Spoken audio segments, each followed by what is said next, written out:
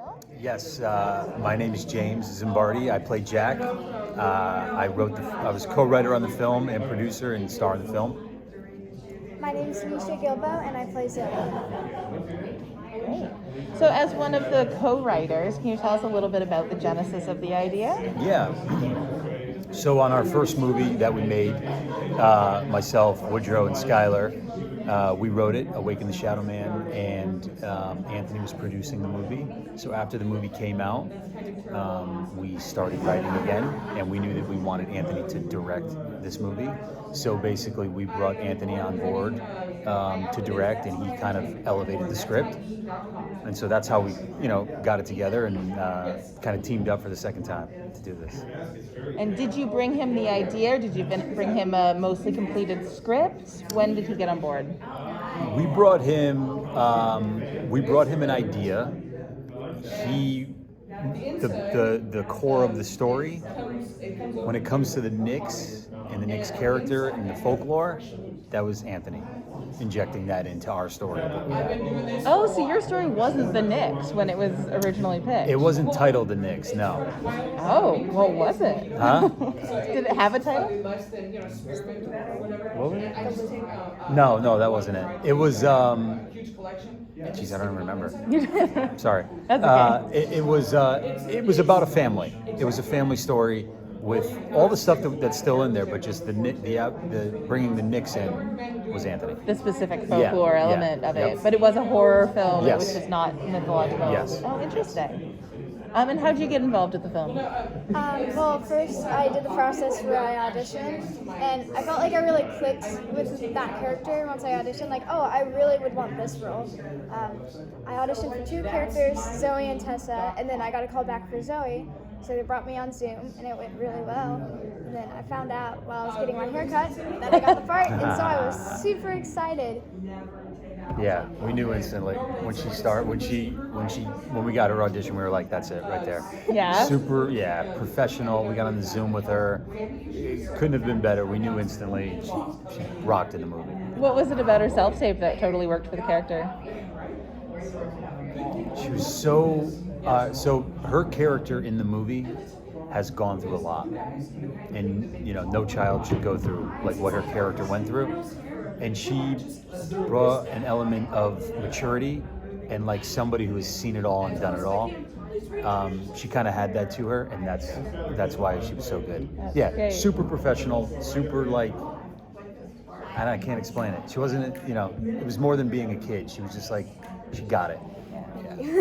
And has auditioning over Zoom with all of the COVID stuff been really difficult or different from doing it in person? I wouldn't say it was a little difficult at first, but it was mostly different because we used to have to fly out to different states because I live in Texas, and so not a lot of callbacks happened in Texas back when it was in person before COVID. Yeah. And so in a way, it was kind of a blessing to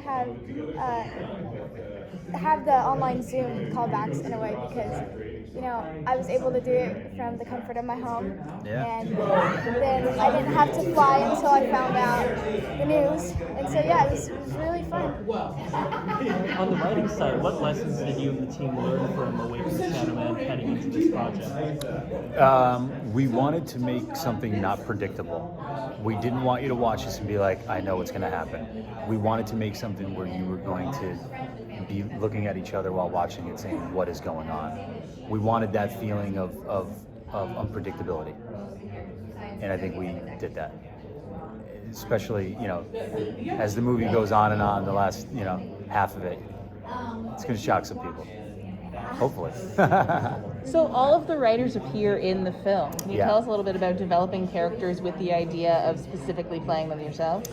So while we were writing the film, we always had it as a family.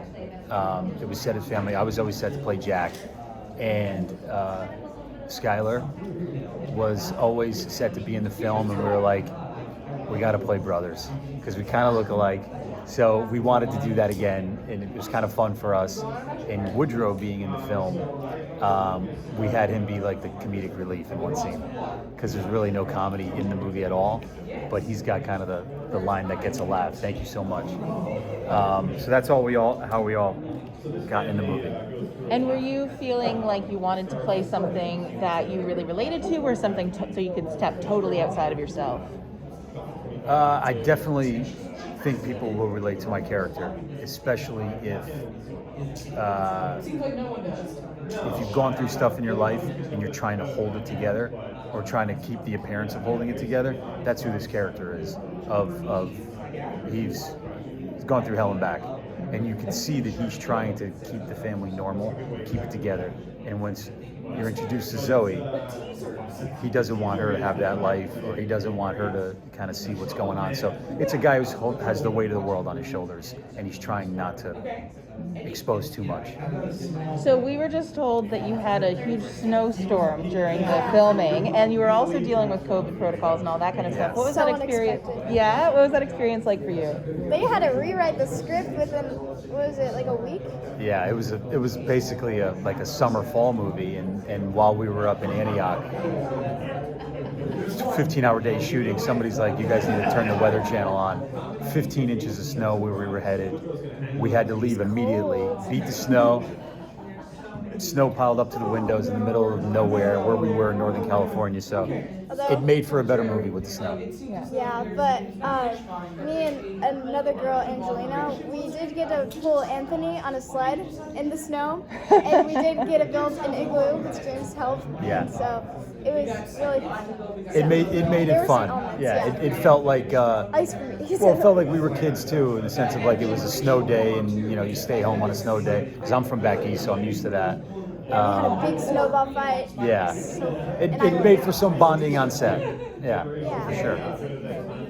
How important was it for you that the Knicks be a practical effects, be a real grounded monster, as opposed to relying on CG? The movie's so realistic in the sense of what everybody's gone through that we wanted to make sure that the creature was realistic too.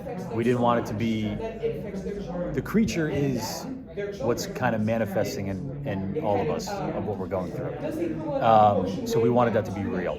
We didn't want it to be CGI, look fake. We wanted to keep it real, and we're happy we did that because we feel like it's going to show on camera. What are you most excited for people to see when they finally get to see the film?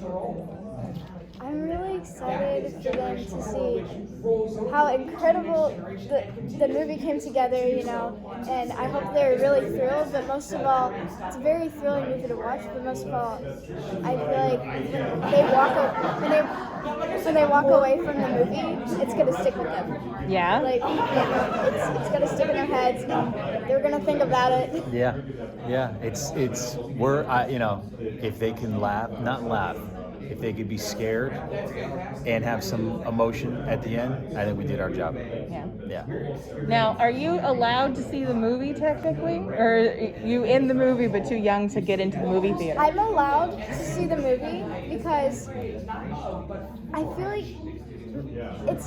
it's more like real life problems, it's very realistic, and so I think everyone's gonna need to get exposed to that at some point. So you're okay giving all your friends nightmares because they need to learn.